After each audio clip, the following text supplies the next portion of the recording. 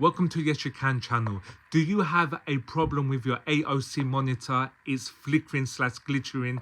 You've tried every solution and you cannot fix this problem. I've got the working solutions for you. In fact, I have 7 solutions.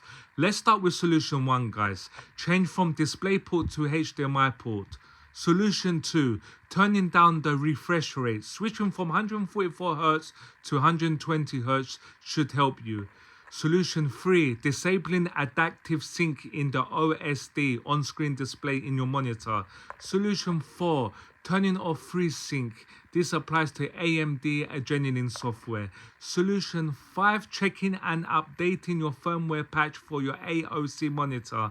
And also check if there's any latest drivers for your graphics card from the official manufacturer website. Solution 6, turning off VRR in Windows. And the last solution, guys, solution 7, disable G-Sync if it's in NVIDIA. I hope one of these solutions has helped you. If it has, please comment below and let me know which one. I hope you fix your AOC monitor.